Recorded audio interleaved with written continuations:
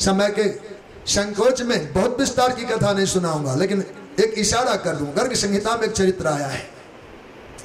गर्ग संहिता जी में एक चरित्र है, नारद बाबा ने कभी बिना वादन और गायन सीखा। तो गायन सीखा, तो गायन तो प्राय लोग करते ही हैं, पर उनकी पद्धतियां हैं। इस पद्धति से रागों के साधने के तरीके हैं, जिनको आता होगा। तो नारद जी अपना गुनगुनाते गाते हुए जा रहे थे रास्ते में, तो देखा एक नदी बह रही है और जिसमें बहुत से देवता हैं। देवता देवांगना, दोनों ही देव और देवांगना, पर उनके हाथ कटे हैं, किसी के पैर कटे हैं।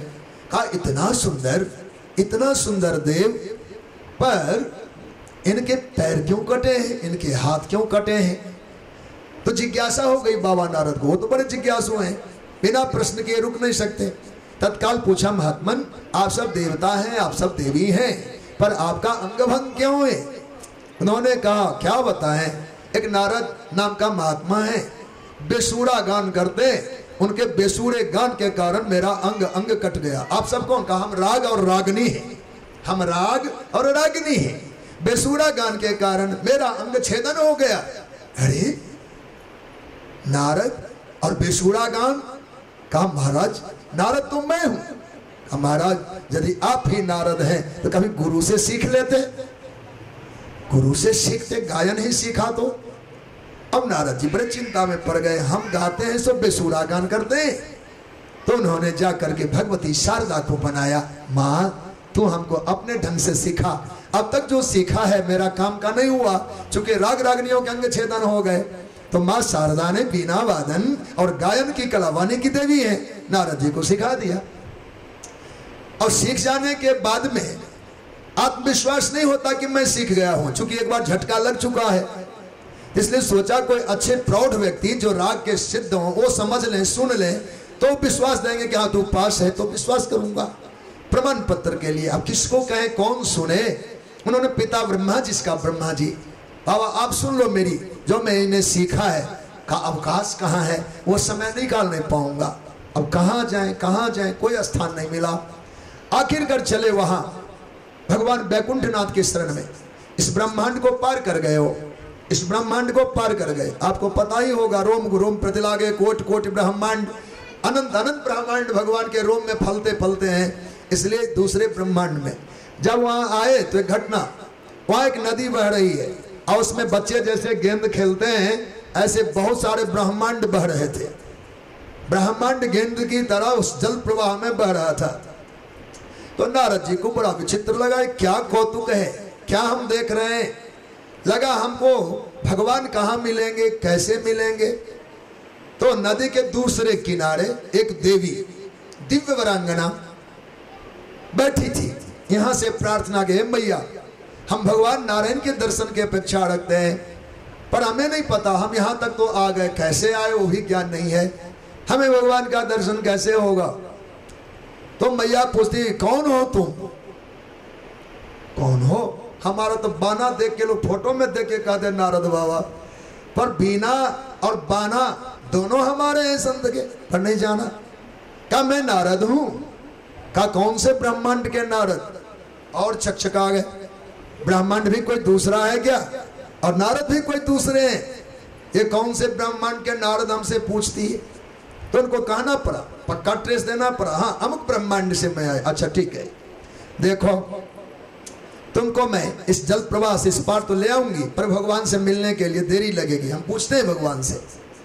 जाके सच्चंद्राना देवी ने नारद जी को दूसरे किनारे पहुंचाया और स्वयं चली गई भगवान गोविंद से कहा, भगवान एक नारद नाम का कोई आपका भक्त आया है आपके दर्शन के लिए।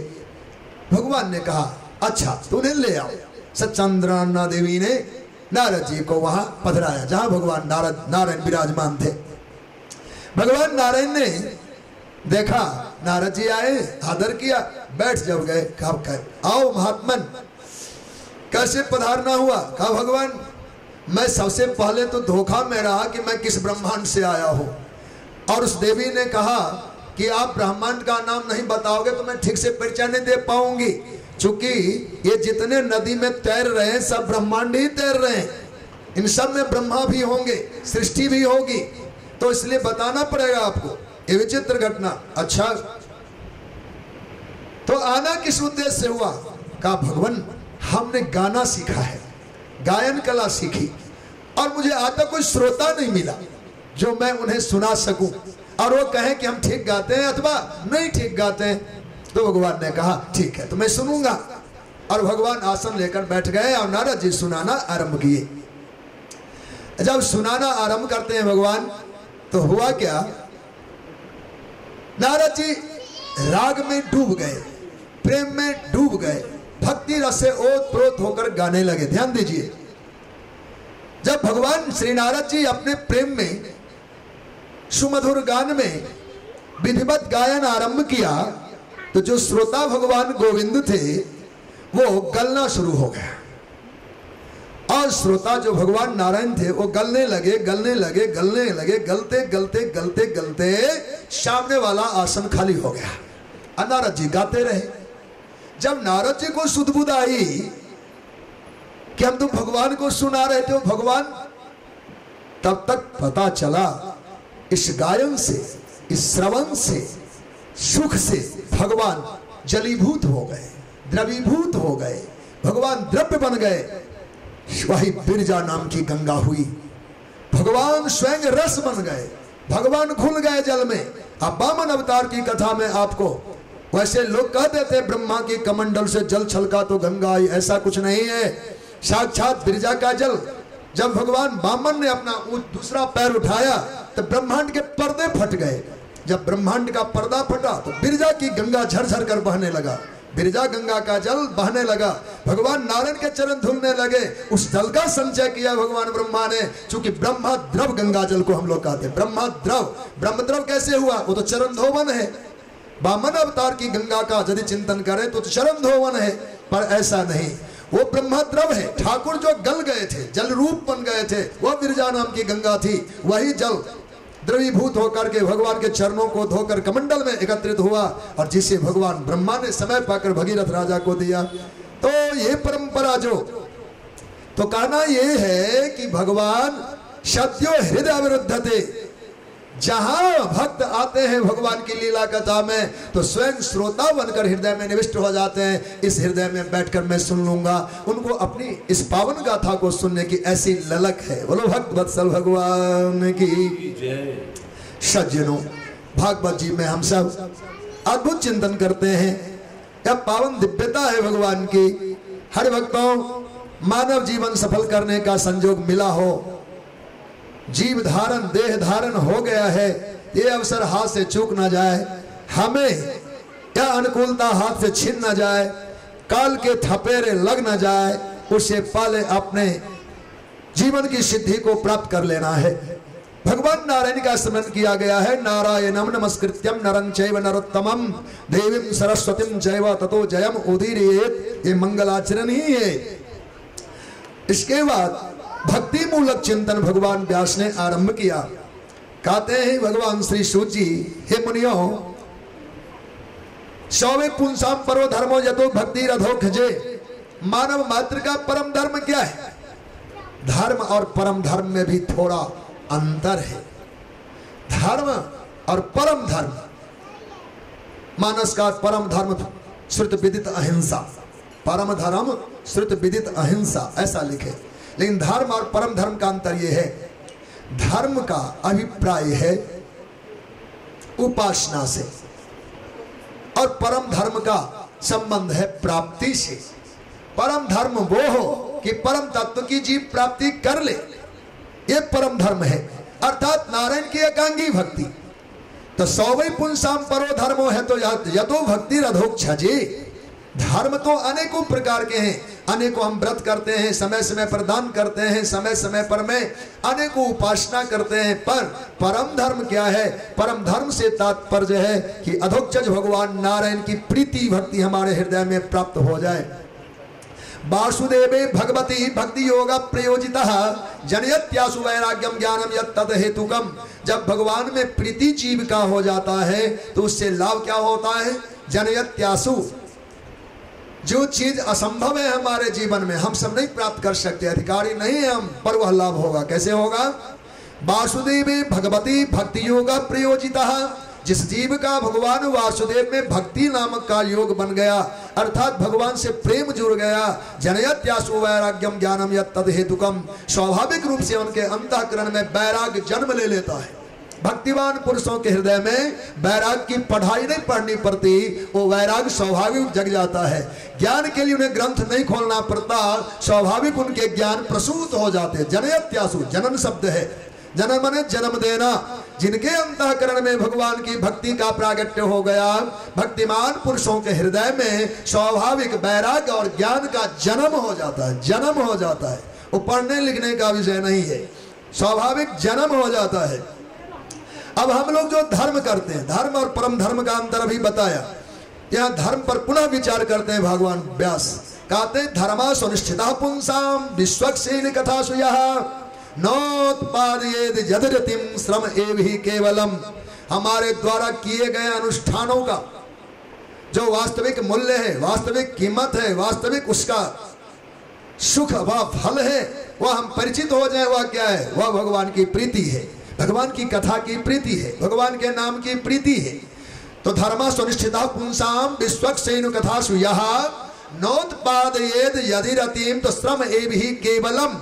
आज तक के किए गए अनुष्ठानों के परिणाम में यदि भगवान का प्रेम हृदय में जगमगाया नहीं, कथा सुनने की रुचि जगी नहीं, तो जानो आज तक केवल मेहनत किया है, पसीने बहाए हैं, परिणाम हमारे मुट्ठी में नहीं आया। संपूर्ण उपासना का परिणाम है भगवत प्रीति और भागवती प्रीति। यदि भगवान की कथा सुनने की लालसा उमरने लग जाए, जानो मेरा सारा किया हुआ आज फल गया है, अन्यथा वह केवल श्रम मात्र है। एवं प्रकार से भगवान व्यास जी ने भक्ति की महिमा का निरूपण किया। ये कथा कितनी दिव्य है भगवान की। शृण्वताम स्वकथाम कृष्ण पुण्यश्रवण कीर्तन हृदयन्तस्थो भद्राणि विधिनोति सुहृत्सताम। जहां भगवान की कथा को सुनने के लिए हम सब कहीं आसन ग्रहण करते हैं, तो भगवान स्वयं हृदयन्तस्थो भद्राणि विधिनोति सुहृत्सताम, भगवान भक्तों के हृदय में निवेश करके, प्रवेश करके, उनके अंतःकरण के जो दोष हैं, अभद्र हैं, उनका विधुनन करते हैं। इसी बात को द्वादश स्कंद में व्यास जी ने लिखा है, जो संकीर्तमाणो भगवान अनंत श्रुतानुभावो व्यसनम हि पुंसाम प्रवेश्य चित्तम विधनोत्यशेषम यथा तमोर्को भ्रमवाति बातः। हे हरिभक्तों, संकीर्तमाणो भगवान अनंत, वह जगदाधार सर्वेश्वर प्रभु जब कीर्तमान होते हैं, कीर्तिमान होते हैं, उन गाए जाते हैं। श्रुतानुभावो विष्णु हि पुंसाम, श्रोताओं के द्वारा जब सुने जाते हैं तो भगवान प्रवेश्य चित्तम, सुनते ही अंतःकरण में घुलकर, कथा रस में भगवान घुले हुए हैं। भगवान कोई ठोस पदार्थ नहीं, द्रवीभूत पदार्थ हैं, कथा में ही घुल चुके हैं। जो जहां सुन रहा है वो वहां तक भगवान का प्रवेश हो रहा है। तो प्रवेश चित्तम श्रुतानुभावो वैष्णव ही पुंसाम, सुनने वाले सत्पुरुषों के हृदय में भगवान कथा मार्ग से प्रवेश करते हैं। लेकिन अद्भुत बात है, प्रवेश चित्तम विधनोत्यशेषम, विधनोत्यशेषम अशेषम विधनोति। किसको कहा? अंतःकरण में जो हमारे विकार हैं, काम क्रोध लोभ मोह मात्सर्य ईर्ष्या द्वेष द्वंद्व आदि अनेकों नाम वाले विकार, जो हमारे परलोक के वादक हैं, भक्ति के वादक हैं, परमात्मा के प्राप्ति के अवरोधक हैं, उन विरोधी पदार्थों को भगवान विधुनन करते हैं। विधुनन कहते हैं मर्दन को। विधिनोत अशेषम, भगवान जब अंतःकरण में कथा सुनते सुनते प्रवेश कर जाएंगे तो भूल जाओ कि कोई विकार रह जाए। भगवान जिस मैदान में खड़े होते हैं, शत्रु का एक तिनका नहीं बचता, बाल नहीं बचता, शत्रु तो बचे ही क्यों। तो भगवान जब अंतःकरण में आए तो क्या विकारी और विरोधी पदार्थ अंतःकरण में रह जाएगा? नहीं नहीं, विधिनोत्यशेषम, भगवान एक एक का विधुनन करते हैं। अशेषम विधनोति, कोई शेष ना बच जाए। कहा कैसे? यथा तमोर को भ्रमवाति बातः, जैसे सूरज भगवान के उगने के बाद हम लोग कहीं झूठे झंडा फहराएं, हड़ताल करें, नहीं महाराज आज सूरज उगने के बाद भी हमारे इस मोहल्ले में प्रकाश नहीं हुआ, प्रकाश नहीं हुआ, लोग कोरे झूठा मानेंगे। भाई सूरज उगे तो बेंगलोर प्रकाशित हो गया, ये मोहल्ला अंधेरा कैसे रह गया? तो इन लोगों की बात को दबा दी जाएगी, ये झूठे लोग हैं, ये झूठा बोलते। चूंकि सूरज जो हो गया तो यथा तमोर को, सूरज भगवान के उदय होने के बाद अंधेरे की पार्टी बनना बात गलत हो जाएगा। अभ्रमवाती वातः, आंधी आने के बाद आकाश का बादल तितर बितर हो जाता है, सघन बादल है, बरसने जा रहा है, पर तब तक आंधी आ गई। जब ही आंधी आई आकाश का बादल खंड खंड होकर के उड़ जाता है, वो बरसने योग्य नहीं रह जाता। जैसे आंधी आने पर में बादल टूट जाते हैं, सूरज उगने पर अंधेरा छट जाता है, ऐसे भगवान की भागवती कथा को कोई भक्त प्रेम से सुने तो यहाँ जो विषय के बादल छाए हैं, मोह का अंधकार का बादल छाया है, सब खंड खंड हो जाएगा और यहाँ जन्म जन्म का अंधेरा उजाले में परिणत हो जाएगा। ये भागवती तत्व है। बोलो भक्त वत्सल भगवान की जय। एवं प्रकार से भगवान श्री व्यास जी ने मधुर मधुर चिंतन किया है। हम लोग जो कुछ भी करते हैं उसमें अपने आप को कर्ता मान करके कई बार हम लोग बंधन के पात्र बन जाते हैं। पर यहाँ व्यास जी ने क्या कहा, हे हरि भक्तों, जितने भी उपासना है उन सब का संबंध वासुदेव से है, आप अपने संबंध मत मान लेना।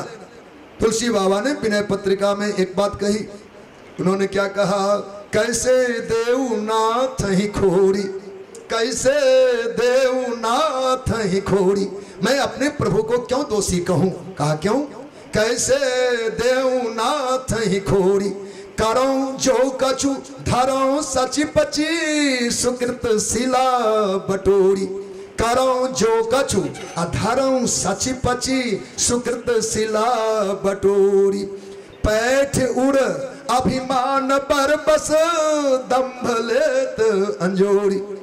पहले डाकू आते थे ना, 5 सेल वाला टॉर्च रखते थे कि 1 किलोमीटर तक फोकस जाता था लाइट। ऐसे अभिमान नाम का डाकू जैसे किसी कंदरा में छुपा होता है, हमने आज क्या किया है, बस फट से लाइट जगाया, जहां धर के सच पच के रखा है हम लोगों ने। सुकृत के तो सिला है, खेती तो है नहीं। जैसे फसल कटने के बाद लोग चुन चुन के दाने लाते, वैसे पुण्य के तो दाने चुने जाते। इसकी खेती नहीं कि कोई कटवा ले कहीं से, थोड़ा आज थोड़ा कल, जीवन भर थोड़ा थोड़ा जुटाए तो कुछ जमा किया।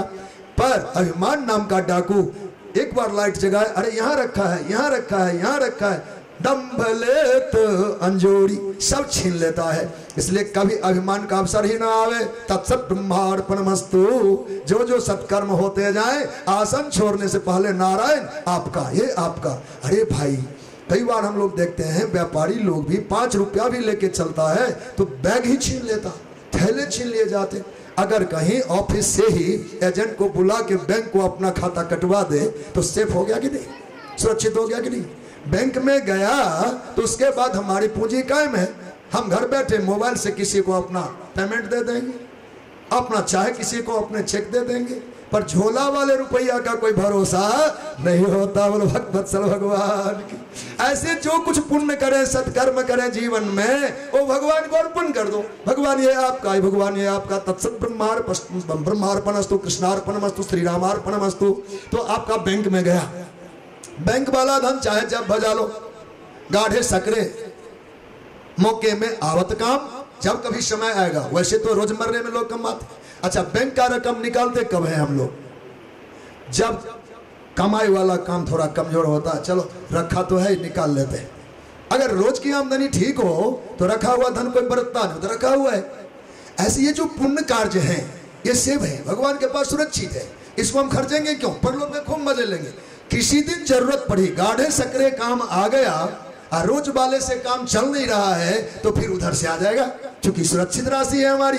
तो समय समय पर यह पुण्य जीवन में काम आता है। इसलिए पूंजीभूत एकाकी बहुत सारा पुण्य इकट्ठा करके भगवान के खजाने में डाल देना चाहिए। महाराज भगवान ना करे, आप ना करें कि जरूरत पड़े तो आप तो हैं, लेकिन झोला में लेकर पुण्य को घूमते नहीं रहना चाहिए। इसलिए हम मंत्र 5-7 मंत्रों में भगवान ने कहा, वासुदेव परा वेदा, वासुदेव परा मखा, वासुदेव परा योगा, वासुदेव परा क्रिया। जो कुछ भी है वो वासुदेव परक है।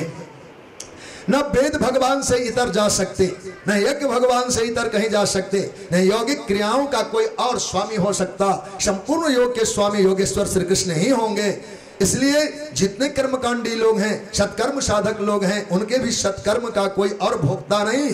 आप जानते हैं ये सब भगवान का है। गीता के 5वें अध्याय में एक मंत्र आता है, भगवान ने इस मंत्र को यहाँ उद्घोष किया, भोक्तारम यज्ञ तपसाम सर्वलोक महेश्वरम सुहृदम सर्वभूतानां ज्ञात्वा मां शांतिमृच्छति भोक्तारम यज्ञ तपसाम।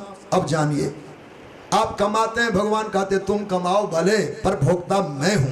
भोक्तारम यज्ञ तपसाम, मानव मात्र के द्वारा किए गए सत्कर्मों का भोक्ता मैं हूं। यज्ञ तपसाम में सब आ गया। जो भी सत्कर्म जीव करता है, मैं परमात्मा उसका भोक्ता हूं, मैं भोक्ता हूं। कहा महाराज ऐसे दावा करके कोई लूट ले तो बात अलग है। कमाता कोई है, ठग कोई लेता, लूट कोई लेता, दबदबा, लाठी, कई तरह की ताकत है। तो आप कहते भोक्ता मैं हूं, तो क्या ये उचित हुआ? तो भगवान कहते नहीं, मैं लूटता नहीं हूं, दबाता भी नहीं। फिर कहा सर्वलोक महेश्वरम। देखो, स्वामी जो होता है स्वाभाविक संपत्ति का मालिकियत उनकी होती है। अब पूरे देश की संपत्ति हम में से सबकी है। ये घर मेरा, ये घर मेरा, अपना अपना कह के हम लोग अपनी एक सीमा बांध रखे। इतना तो मेरे पास घर है, इतने प्लॉट हैं, इतनी कंपनियां हैं, इतना काम है। पर सही बात तो ये है, ये सब मिला करके भारत के सरकार की है।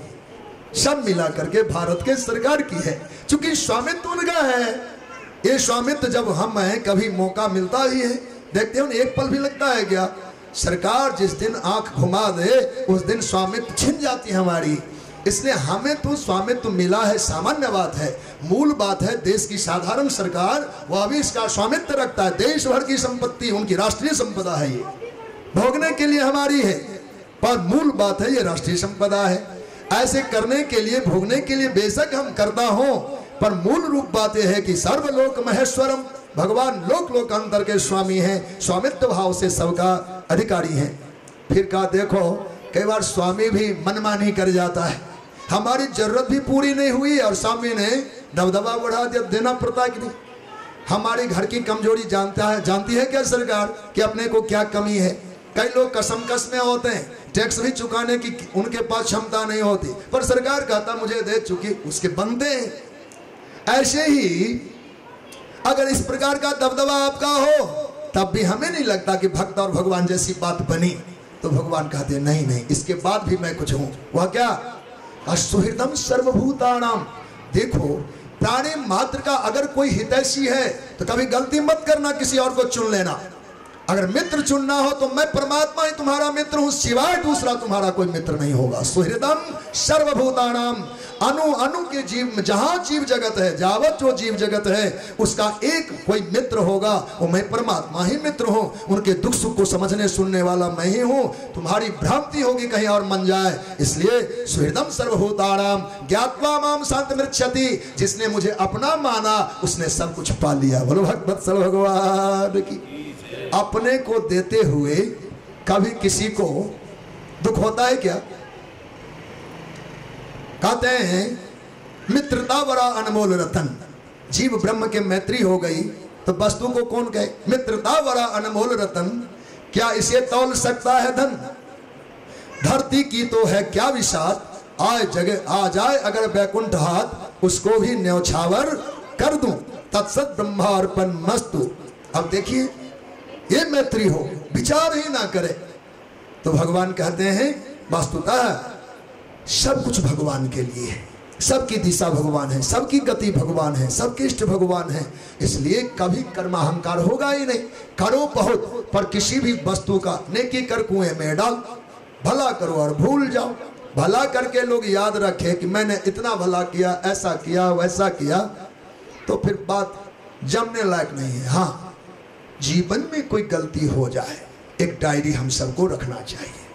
मानसिक तौर पर स्मरण रखना नहीं हो पाता, पर हमारी गलतियों की एक डायरी जरूर हो कि आज के पूरे दिन रात में हमसे क्या भूल बन गई है, किसके प्रति दुर्भावना मन में आई, किसके लिए मैंने बुरा सोचा, किसके लिए हमारे मन में किसी भी प्रकार के कुविचार आए, किसी के द्वारा वाचिक मानसिक तौर पर भी किसी प्रकार से दुख दिया, ये गिनने की बात है।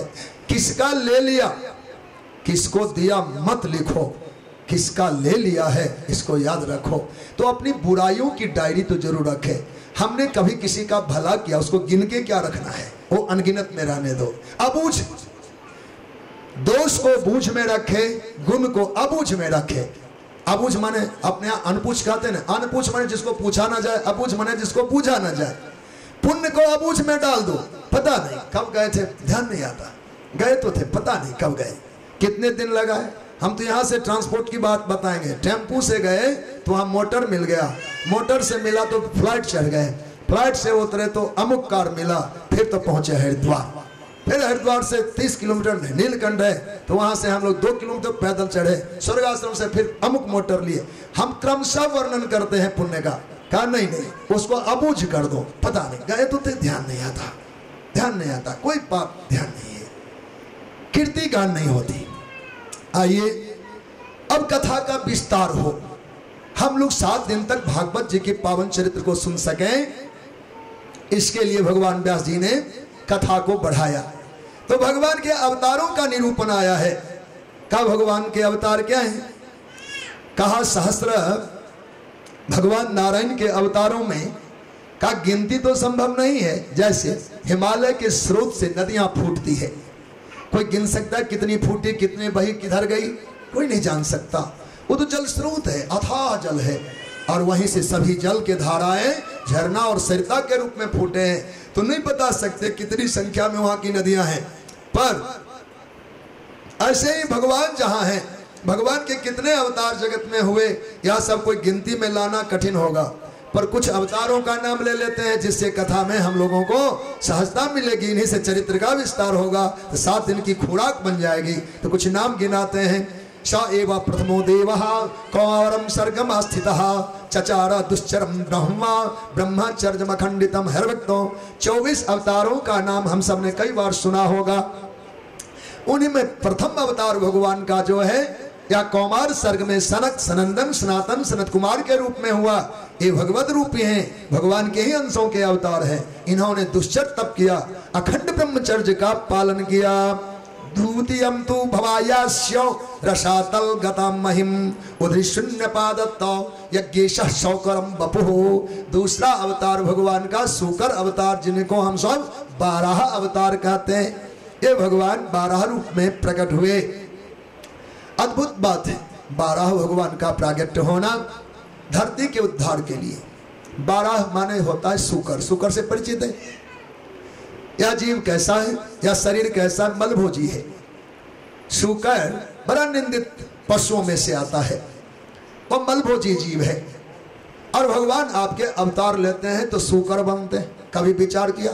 जयकारे तो जरूर लगाए। अभी उनके सूकर भगवान की तो हम सब कहेंगे जय, जहां नाम लिया तो जयकारे हो जाएंगे। पर इस अवतार पर हम लोगों ने कभी विचार किया क्या? ये सूकर अवतार कैसे हुआ, क्यों हुआ, और यह अवतार क्या योग्य था? भगवान के एक अवतार से ही बिना कथा कहे होश में आ जाएंगे हम लोग कि कैसे जीना चाहिए। 12 अवतार की लीला। धरती को हिरण्याक्ष नाम का असुर ने चुरा लिया है और वो सुतल लोक में ले जा करके सिरहाना डाल करके सो गया है। धरती पर में किसी का अटैक ना हो, कोई आकर के छीना झपटी ना करे, तो मलमूत्रों का मोटा दीवार पहाड़ लगा दिया है। पृथ्वी के परकोटे तैयार कर दिए, वो भी मलमूत्रों का, विकारों का। भगवान देखते हैं, ब्रह्मा जी ने स्मरण किया है तो जाना है, पर धरती का उद्धार करने के लिए चतुर्भुज नारायण के रूप में काम होने वाला नहीं है। द्विभुज विष्णु नारायण श्री राम जी के रूप में भी काम पूर्ण होने वाला नहीं है। इसमें मुरली बजा के भी हम हिरण्याक्ष से धरती को छुड़ा नहीं सकते। दुष्ट ने तो ईंटे पत्थर की दीवार नहीं बनाया, मैले कुचैले का, मलमूत्रों का दीवार खड़ा कर दिया है। भगवान सोचते चलो भक्तों का कार्य साधना है तो अपने कौन से मान घट रहा है, हम सूकर बन जाते हैं।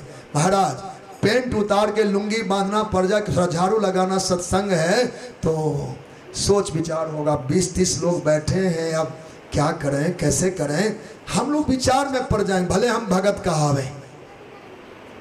कहावे पर लगेगा कि ये काम मेरे जिम्मे में कैसे आ गया। हम आए थे बन ठन करके कि सत्संग में कहीं डट के बैठेंगे, सेवा सौंप दी गई तो मन में उतार चढ़ाव सा हो जाएगा।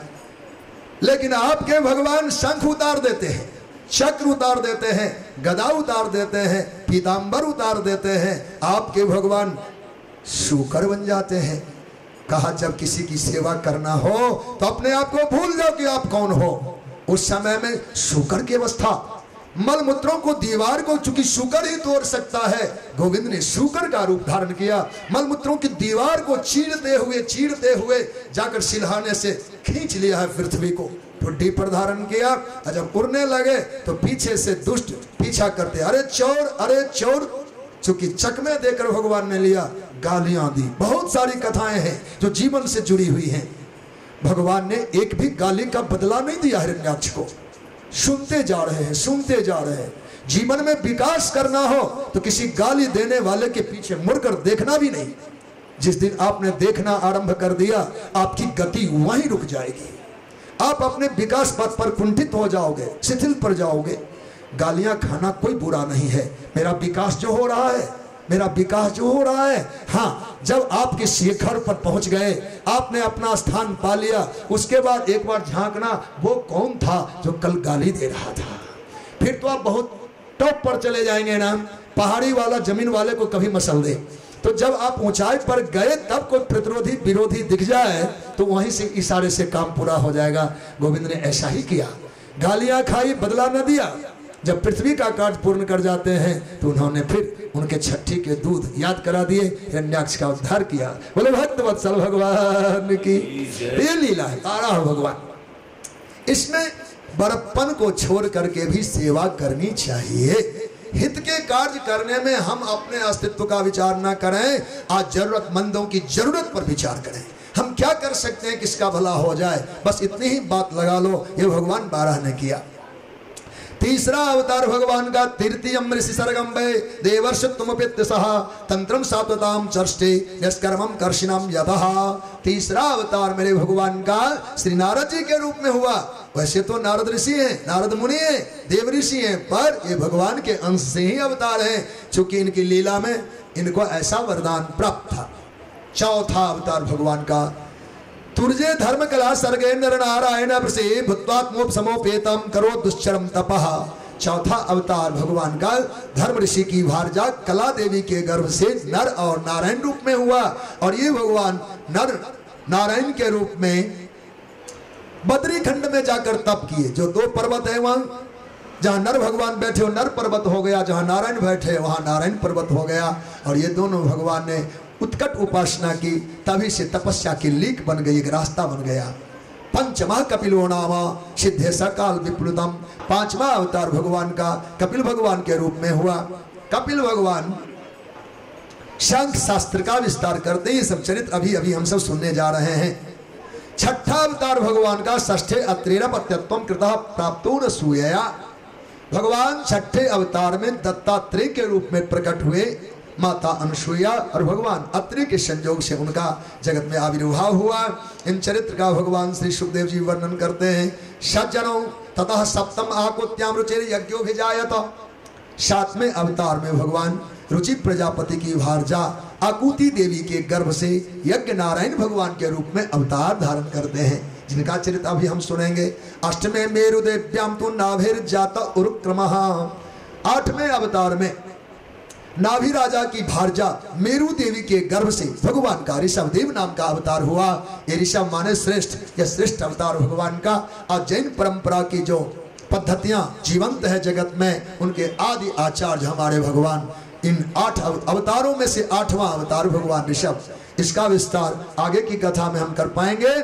यह अवतार बहुत कुछ हम सबको दिया, पर हम आज लगता है कुछ ना कुछ भूल तो कर ही रहे हैं। आइए 9वां अवतार ऋषि भी याचतो भेजे नवमम पार्थिवम बपुहो। ऋषियों के द्वारा याचना करने पर भगवान ने 9वें अवतार में भगवान पृथु के रूप में प्राकट होकर, पृथु भगवान के रूप में प्रकट होकर गौरूपा पृथ्वी का दोहन किया और पृथ्वी को सुव्यवस्थित किया। रूपम सचग्रहे मास्यम चाक्षो शोधित संप्लवे चाक्षुष नाम के मनवंतर में भगवान नारायण ने ही मत्स्यावतार धारण किया। और मत्स्यावतार में भगवान ने श्राद्ध देव को, पूर्व में सत्यव्रत नाम के राजा को ज्ञानोपदेश दिया, आत्मविद्या का उपदेश दिया। भगवान ब्रह्मा के वेद जो खो गए थे जमाई लेते क्रम में, उन सबको प्रकट करके दिया। यह सब कथाएं वर्णित हैं। 11वां अवतार दद्रे कमठ रूपेण पृष्ठ एकादशे विभु। समुद्र मंथन के काल में मंदराचल पर्वत जो मथाने के रूप में उपयोग में लिया गया, वो समुद्र तल में जा बैठा तो भगवान ने कच्छप अवतार धारण किया। बोलो भक्त वत्सल भगवान की धानवंतरम द्वादशम त्रयोदशम एवं च अपाययत्। 12वें और 13वें अवतार भी भगवान का समुद्र के ही तट पर घटित हुआ। 12वां अवतार भगवान का वैद्य शिरोमणि धन्वंतरि देव के रूप में हुआ, जो अमृत कलश लेकर प्रकट हुए थे। अमृत के वितरण में जो विवाद छिड़ गया उसके निवारण के लिए भगवान ने मोहिनी रूप धारण किया। स्त्री वेश को धारण करके भगवान ने देवों को अमृत पिलाया। 14वें अवतार की चर्चा चतुर्दशम नारसिंहम बिभ्रत्यत्येन्द्र मूर्जितम। दैत्यराज हिरण्यकशिपु अपने ही पुत्र प्रहलाद के साथ जब अन्याय करने लगे, सताने लगे, तो आवेश अवतार मेरे ठाकुर का कीकट देश में हुआ और भगवान नृसिंह देव ने प्रहलाद की रक्षा की। पंचदशकम वामनकम कृत्वा गादध्वरम बलेहि। 15वां अवतार भगवान का भगवान बलि राजा के यहाँ दान लेने हेतु वामन के रूप में हुआ। पदत्रयम याचमान प्रत्यादि सुविष्टिपम। 3 पग पृथ्वी के व्यास से त्रिलोक का दान भगवान ने स्वीकार किया। अवतारे 16 में पश्चन ब्रह्मद्रुहो निर्पान त्रिशब्द कृत्वा कुपितो छत्राम करोन महिम। 16वें अवतार में भगवान परशुराम जी के रूप में अवतरित हुए और उन्होंने आताताई शासकों को दंडित किया, वध किया और ऐसा 21 बार किया। ततः सप्तदशी जाता सत्यवत्याम पराशरात् चक्रे वीर तरु शाखा दृष्ट्वा पुंसो अल्पमेधसः। 17वें अवतार भगवान का कृष्ण द्वैपायन जी के रूप में हुआ। देवी सत्यवती के गर्भ से भगवान प्रकट हुए, पराशर ऋषि की शक्ति से प्रकट हुए। या व्यास नाम बाद में पड़ा। कृष्ण द्वैपायन भगवान चक्रे वेद तरु शाखा, वेद को जब शाखाओं में बांटा तो उनका नाम व्यास होगा। रेखा गणित में वृत्त को जब हम काटते तो व्यास बन जाता है कि नहीं, बांटने से व्यास होता है। तो वेद को अल्प मेधावान कलि प्रायण जीवों की दशा को समझते हुए भगवान ने शाखाओं में बांट दिया, इसलिए उनका नाम व्यास हो गया। सज्जनों, नरदेवत्वमापन्ना सुरकार्य चिकित्सया समुद्र निग्रहादीन चक्रे विरजान्यतः परम। 18वां अवतार भगवान का कौशलेंद्र प्रभु श्री राम जी के रूप में हुआ।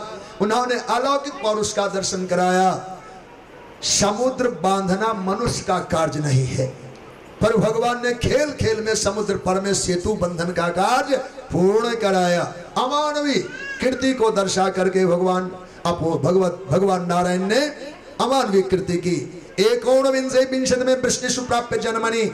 19वें और 20वें अवतार भगवान का वृष्णि कुल में हुआ, जो प्रभु बलराम और भगवान श्री कृष्ण के रूप में, और इन्होंने धरती का भार हरण किया। ततः कलु संप्रवृत्ते सम्मोह सुरद्विषाम बुद्धो नामना जनिष्ठा कीकटेषु भविष्यति। भगवान सुखदेव जी का, व्यास जी का वर्णन है। कीकट नाम के देश में भगवान का बुद्ध नाम का अवतार 21वां होगा। अब ये हो चुका है। भगवान बुद्ध प्रकट हुए, इस बात की चर्चा भागवतकार व्यास जी लिखते हैं। बुद्ध भगवान हमारे 24 में से ही एक हैं। 21वां अवतार यहाँ गणना में आते हैं, पर ध्यान रहे बुद्ध भगवान को भारत की प्रजाओं ने आदर नहीं दिया। ये ध्यान देने योग्य बात है। कथा बहुत सुनने की बजाय उसके मर्म पर विचार करें, ताकि हम अपने संस्कारों को बचा पाएंगे। भगवान बुद्ध अवतारों में से एक, पर वो प्रतिष्ठित न हो पाए। आपको यदि आधुनिक भारत का भी दर्शन आपने किया होगा तो हमें नहीं लगता गिनती के 100 लोग भी बुद्ध मत वाले होंगे। भारत में बुद्ध धर्म का विस्तार नहीं हुआ, बौद्ध धर्म नहीं पनप पाया, क्योंकि वो ईश्वरवादी धर्म नहीं था। स्वयं भगवान ने उस समय तत्कालीन जो समाज की स्थिति रही होगी, उन्होंने वेद और ब्राह्मण की निंदा कर दी। वेद और ब्राह्मण की निंदा करने के कारण भारत की प्रजाओं ने भगवान का तिरस्कार किया। होंगे आप अवतार, होंगे आप भगवान, हम भारतीय आपको आदर नहीं देते, भारत में आपकी पूजा नहीं होगी। भारत की जनता भगवान को भी ठुकरा सकती है तब, यदि वेद की निंदा कर दी जाए, ब्राह्मण की निंदा कर दी जाए। भगवान बुद्ध ने वेद ब्राह्मण की निंदा की तो कहा आपको हम भगवान स्वीकार नहीं करते, हम 23 से काम चला लेंगे, 24वां मुझे नहीं चाहिए। बोलो भक्त वत्सल भगवान की।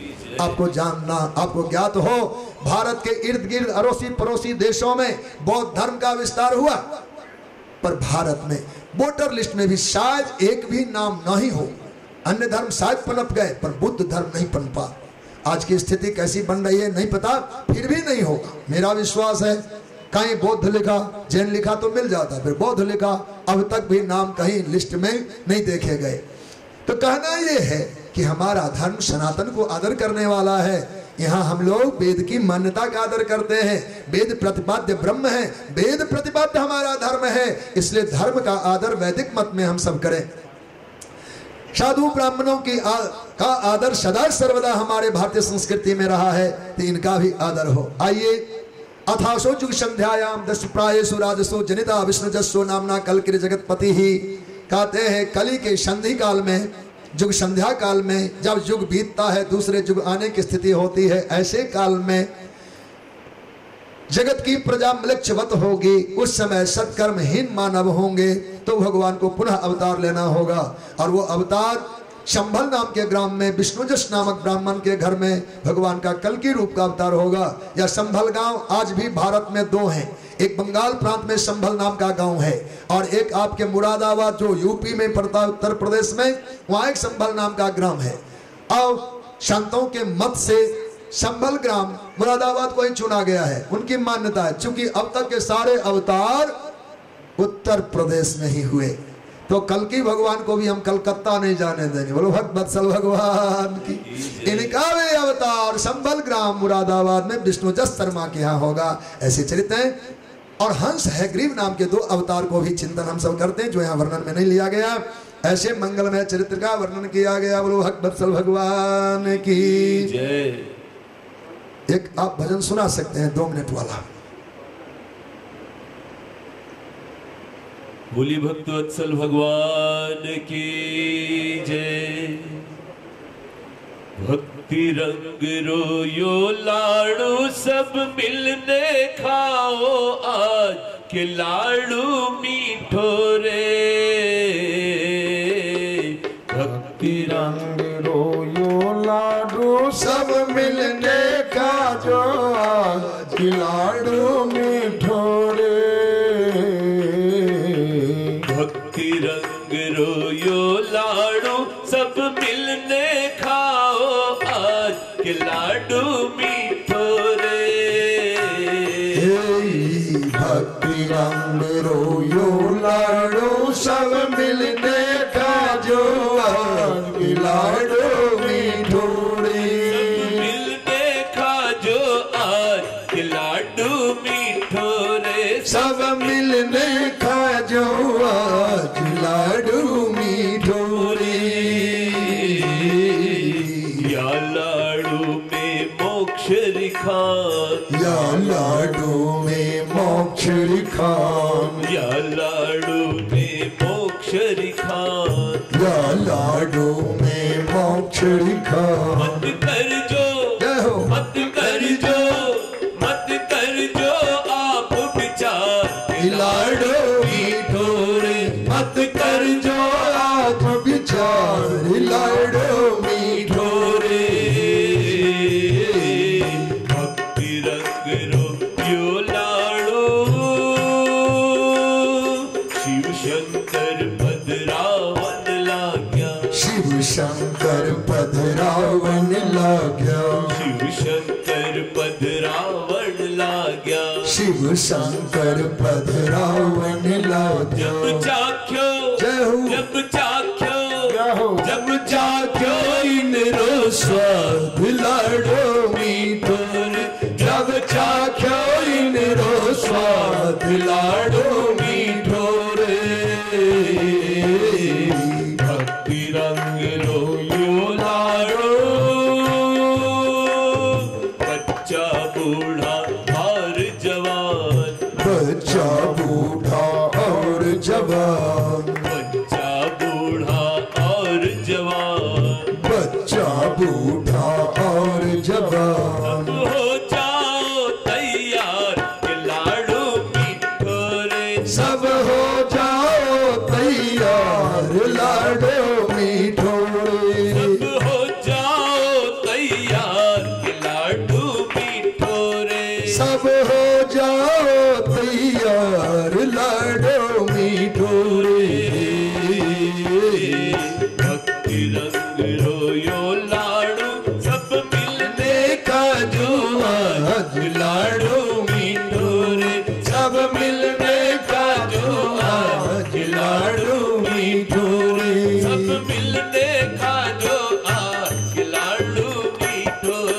सब मिलने का जो आज लाडो मीठो रे।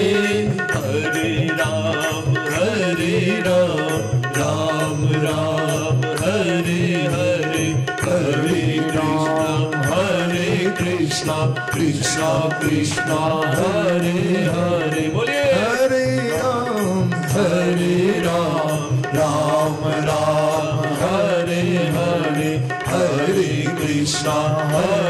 कृष्णा कृष्णा कृष्णा हरे हरे। सब हो जाओ तैयार लाडो मीठो रे, सब हो जाओ तैयार लाडो मीठो रे, सब हो जाओ तैयार लाडो मीठो रे। भक्त वत्सल भगवान की पुण्य सलीला गोमती गंगा जी के तट पर परम भागवत सूची महाराज सौनकादि ऋषियों को भागवती चरित्र का गान श्रवण कराते हैं। हे हरि भक्तों, भागवत जी के विस्तार का चिंतन किया गया, किस प्रकार से भगवान व्यास ने इनकी रचना की। व्यास कथा की लालसा मुनियों के मन में जागृत हुई। यहाँ व्यास चरित्र का वर्णन किया है भगवान श्री सूत जी ने। कहा हे मुनियों, एक बार भगवान श्री नारद जी का व्यास जी की कुटिया पर आगमन हुआ। अथतम सुखमासीना उपासीना विधक्षरवाह देवर्षि प्राह विप्रर्षि बीना पाणी स्मन्यवाह। बीना पाणी भगवान श्री नारद जो सरस्वती जी के पावन तट पर में व्यास गुफा है, व्यास भगवान की कुटिया है, वहां पधारे। व्यास जी का दर्शन किया, पर व्यास भगवान में प्रसन्नता नहीं थी। एकांत में रहने वाले, सारस्वत साधना करने वाले, 17 पुराणों के रचयिता, 1 लाख श्लोकों में महाभारत जैसे ग्रंथ के प्रणेता, और व्यास जी के मन में प्रसन्नता नहीं, क्यों?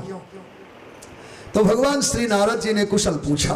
पाराशर्य महाभागा, हे महाभाग, हे पराशर नंदन, पाराशर्य महाभागा भवता कचित आत्मा परितुष्यत शारीर आत्मा मानस एव वा। हे महात्मन, हे पराशर नंदन, हे भगवान व्यास जी, आप कहिए आप कुशल से हैं ना? पर कुशल कितना दिव्य पूछा गया है। ठीक है तो ठीक है कहा कि हम लोग काम नहीं चलाते। लौकिक व्यवहार आप ठीक है, ठीक है, कहाँ ठीक है, कितना ठीक है, क्या क्या ठीक है, इसमें ज्ञात नहीं हो पाता। पर व्यास जी से नारद भगवान ने जब कुशल पूछा, वैश्विक शरीर के आने को भाग बांटे गए, उतनी सूक्ष्मता का चिंतन नहीं करते, लेकिन मौलिक स्थूल में 3 भाग है, शरीर, आत्मा और मन। 3 हिस्से, शरीर, आत्मा और मन। तीनों की कुशलता की जरूरी है। तीनों ही कुशल हो तो कुशल है। तो सज्जनों, आज व्यास जी से पूछा गया, महात्मन आप कहें आपका शरीर तो स्वस्थ है ना, आपकी आत्मा तो प्रसन्न है ना, आपका मन तो स्वस्थ है ना। 3 प्रकार से कुशल। शरीर कुशल हो और मन कुशल ना हो तो कैसा होगा? शरीर और मन कुशल हो और आत्मा कलुषित हो तो कैसा होगा? इसलिए किसी एक के अभाव में कुशलता पूर्ण नहीं मानी जाएगी। इसलिए तीनों की कुशलता का चिंतन किया व्यास जी से भगवान नारद जी ने कहा कि शरीर, आत्मा, मानस एवं वा। कहिए बाबा, आपका शरीर तो स्वस्थ है ना, आपकी आत्मा प्रसन्न है ना, आपका मन स्वस्थ है ना। 3 प्रकार से जब कुशल पूछे और एक एक विषय और एक एक बिंदु पर इशारा किया जब भगवान नारद जी ने, तब तो कहना पड़ेगा। वैसे तो हमारी आपकी तरह ठीक है तो कहते ठीक है, पर बात वहां नहीं रुकी। उन्होंने 3 भाग कर दिया। शरीर ठीक है तो कहना पड़ा ठीक, आत्मा ठीक है, मन ठीक है। हिस्से अलग करके जब पूछा तो जो हिस्सा कमजोर था उसको प्रकाशित कर दिया। बोलो भक्त वत्सल भगवान की। कहा जिज्ञासितम, महाराज आपने जैसा कुछ कहा है, जिज्ञासितम अधीतम च यद ब्रह्म सनातनम। हे भगवान, आपके द्वारा पूछे गए प्रश्नों में मैं आपकी जिज्ञासा शांत करूं। अस्तेव में सर्मिदम तो तथापि नात्मा परितुष्यते में। आपके कहे गए सभी कुशल तो ठीक, पर हमारी आत्मा परितुष्ट इस समय नहीं है। और आत्मा संतुष्ट नहीं है। तो नारद जी ने कहा मैं तो मानता हूं आप जैसा सुखी धनी कोई संसार में नहीं होगा। आपने 17 पुराणे लिखी और आपने 1,00,000 श्लोक में महाभारत जैसा ग्रंथ लिखा। महाभारत कोई साधारण ग्रंथ भारत की धरोहर नहीं है। लोग तो मानते इसको घर में रखने से झगड़ा होता है, इसलिए भारतीय लोग महाभारत पढ़ने से वंचित रह गए। भारत के लोग प्राय मानते हैं घर में महाभारत रखोगे तो महाभारत हो जाएगा। अरे जिसके घर में महाभारत होगा उसको परम शांति भी तो होगी, इसमें शांति पर्व भी तो है। तो केवल शांति पर्व पढ़ो तो परम शांति हो जाएगी। केवल मोक्ष धर्म का निरूपण है शांति पर्व में, तो क्यों नहीं पढ़ा जाए? लोग मानते हैं। लेकिन ध्यान रहे, हमारे विचारकों ने कहा यन्न भारते तन्न भारते, जो महाभारत में नहीं है जानिए भारत में नहीं है। भारत के किसी ज्ञान कोश में वो कथा नहीं मिलेगी जो महाभारत में ना हो। अब महाभारत में नहीं है इसका मतलब भारतीय सारस्वत खजाना में कहीं भी वह कथा मिलने वाला नहीं। ये हमारा सागर है। पंचम वेद के रूप में महाभारत को स्वीकार किया गया। तो महाभारत जैसे ग्रंथ हमको प्राप्त है, आपने ऐसी रचना की है, फिर भी आप संतुष्ट नहीं। तब नारद जी ने अपनी ओर से मंत्रणा चिंतन किया, विचार किए, दवा ढूंढना आरंभ किया। अगर इतना रोगी आप हैं तो रोग का कारण क्या हो सकता है? अगर आपके रोग अब भी निदान रहित है तो मैं मानता हूं कि आपके रोग का कुछ कारण अन्य ही होगा। और नारद जी ने विचार करना आरंभ किया, इनके शास्त्रों का चिंतन किया। महाराज, आपके जो पौराणिक रचना है, आपके जो महाभारत की रचना है, इसमें धर्म अर्थ काम बल्कि मोक्ष का भी वर्णन समुचित रूप में किया गया है। धर्मादयश्चार्था मुनिवर्जानुकीर्तिताः न तथा वासुदेवस्य महिमाह्यानुवर्णितः। आपके इन 17 पुराणों में और 1,00,000 श्लोक वाले महाभारत में अर्थ धर्म काम की जितनी बढ़ा चढ़ा के महिमा है, अर्थात जितना आपने उस पर जोर लगाया है अर्थ की प्राप्ति के लिए, काम सुख की प्राप्ति के लिए और धर्म की वृद्धि के लिए, बल्कि मोक्ष पर भी आपने चिंतन किया है, पर आपने भगवत प्रेम पर इतना गहराई से लेखनी नहीं चलाया। भगवत प्रेम वासुदेव की महिमा पर आपने उतना कलम नहीं घुमाया। अब देखिए नारद जी ने क्या कहा है। कहा तदवाय समतीर्थ मुसंति मानसम यत्र हंसा विरमंत शिक्षया। आप जानते हैं व्यास बाबा, हमारे देश में बहुत रंग के पक्षी हैं, स्वभाव भी भिन्न भिन्न है।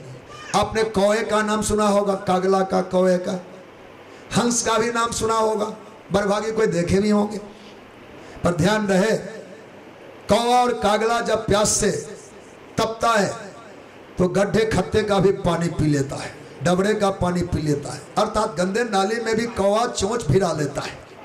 उसको प्यास लगी तो कहीं भी जाके पानी पी लेगा। पर आप नहीं सुने होंगे कि कभी हंस ने किसी नदी का पानी पिया, हंस ने गंगा जल पिया, हंस ने अमुक तीर्थ का पानी पिया। कभी ये बात आपको सुनने में नहीं आएगी। अगर कोई सुनाएगा तो आपको कहेगा हाँ हंस मानसरोवर का जल पिया। हंस जब भी होता है मानसरोवर में, मानसरोवर की धाराएं जिन्होंने देखा हो अनेकों रंग वाली है, अभी श्वेत श्वेत, अभी रक्त रक्त, अभी पीत पीत, अभी कृष्ण कृष्ण, अभी नील नील, बहुत घुमावदार, उतने बड़े उस जलाशय में लगता है कितने रंग के जल हैं। हंस उसी में रहता है, हंस जहां बसता है वह मानसरोवर है। तो हंस को आनंद दे, सुख दे, वह तीर्थ तो केवल मानसरोवर ही है जहां वह जुगल पक्षी निवास करता है। भरभागी कभी कभी लोग जाते हैं कैलाश यात्रा में तो नजर आ जाता है हंस का। पर हंस को कभी धरती के किसी भी नदी तालाब में बहते जल में मुंह मारते पीते देखा नहीं गया। अब ध्यान दीजिए विषय पर। दुनिया के सभी ग्रंथों को आम लोग कोई पढ़ ले सुन ले हो सकता है, पर जिसमें भगवान की प्रीति की गाथा नहीं गाई गई, वो भगवान के पार्षद, भगवान के भागवत, भगवान के परमहंस, वो कभी भी उधर बुद्धि नहीं ले जाते। आप कितना बढ़िया लिखते से कोई उनको मतलब नहीं होता। इसमें रामकृष्ण की प्रीति है नहीं। छोटे से भी ग्रंथ में अगर प्रेम छलछलाता हो तो साधु चिपका के छाती से लगाते हैं। अगर मोटे से मोटे ग्रंथ आपने लिखा और भगवत प्रेम उसमें वर्णित नहीं है तो उसको साधु स्वीकार नहीं करते। ये तो बात हंस की आपको बताया कि वो दूध ही पीता है, मोती ही खाता है, मानसरोवर में ही रहता है। आप भागवत यदि पढ़ते हैं अपने लोग, उसमें अध्याय की समाप्ति पर क्या कहा जाता? परमहंस संहितायाम, या परमहंसों की संहिता है। अब अंतर बताओ, हमने धर्म और परम धर्म की बात की थी, वैसे हंस और परमहंस की बात करते हैं। हंस का स्वभाव है दूध का दूध और पानी का पानी। हंस का स्वभाव है दूध का दूध और पानी का पानी। पर जगत में जिनको हमने परमहंस की संज्ञा दी, उनका जीवन कैसा होता होगा, कैसा होना चाहिए, विचार करिए। बोलो भक्त वत्सल भगवान।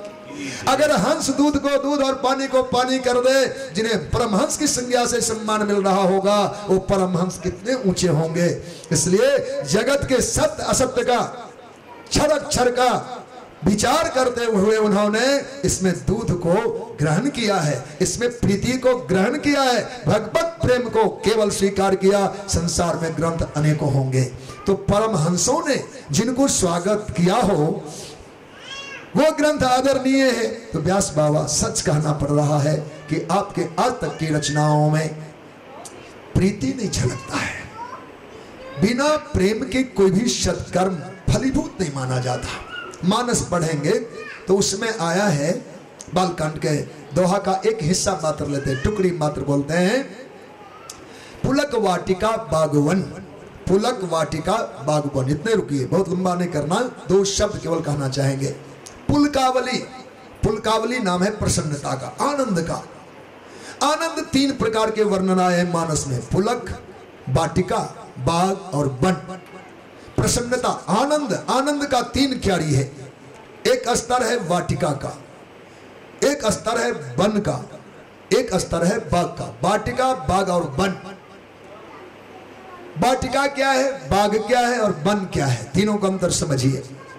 वाटिका आपके घर के आगे इस चबूतरे पर चार क्या बोलते हैं उसको हम लोग, गमला, 4, 5, 10 गमला लोग लगाते हैं अपने घर के आगे, और उसमें फूल के बूटे होते हैं।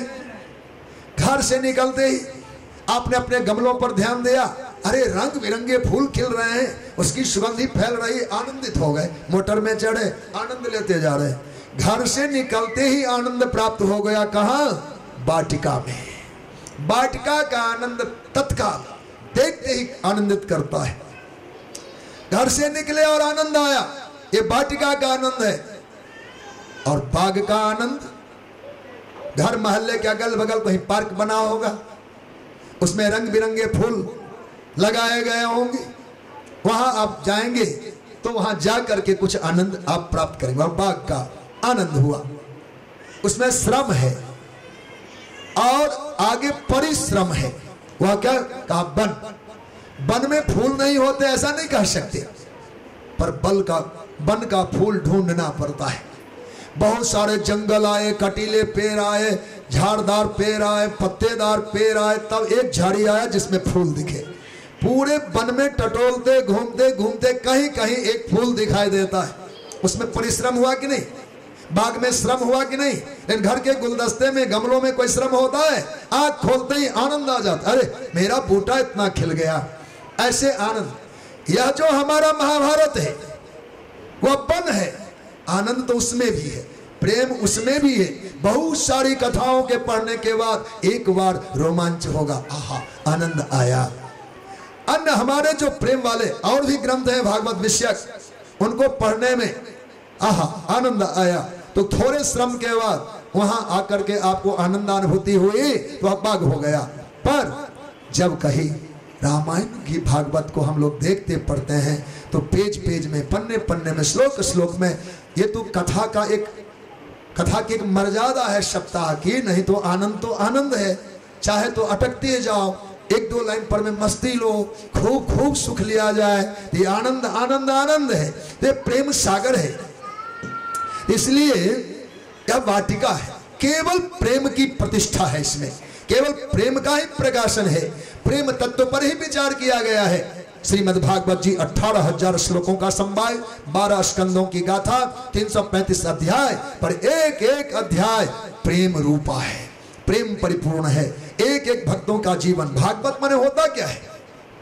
देखो, भागवत भगवान, भागवत भक्त। तो जिन्होंने भगवान को पाया, जैसे धन वाला धनी हो जाता, बल वाला बली अथवा बलवान होता है, वैसे भागवत प्राप्त जो जीव है उनका नाम भागवत होता है। इनमें 335 अध्यायों में भागवत चरित्र है, अर्थात उन भक्तों का चरित्र है जिन्होंने भगवान को पाया है, जिन्होंने भगवान को देखा है, जिन्होंने भगवान को रिझाया है, जिनके प्रेम से भगवान मतवाले हुए। ऐसे मतवाले भक्तों का जीवन ही भागवत चरित्र है। भागवत यानी भक्तों की प्रीति गाथा, भक्तों ने जिन्होंने पाया।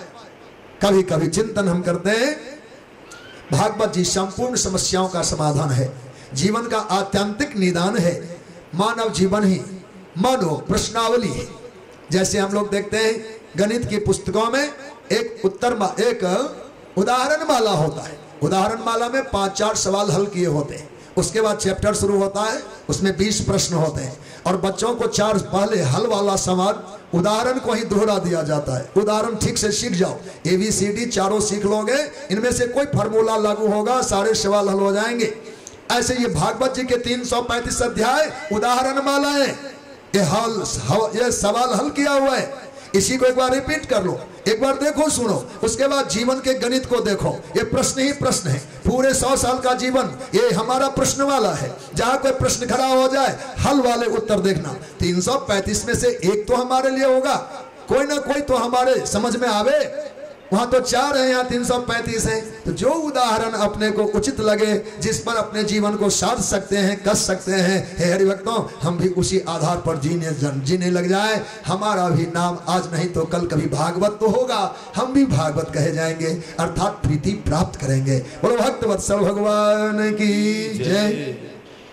तो भगवान श्री नारद जी के द्वारा प्रेरित हुए भगवान व्यास पर उन्हें एक चिंता हुई। चिंता क्या थी?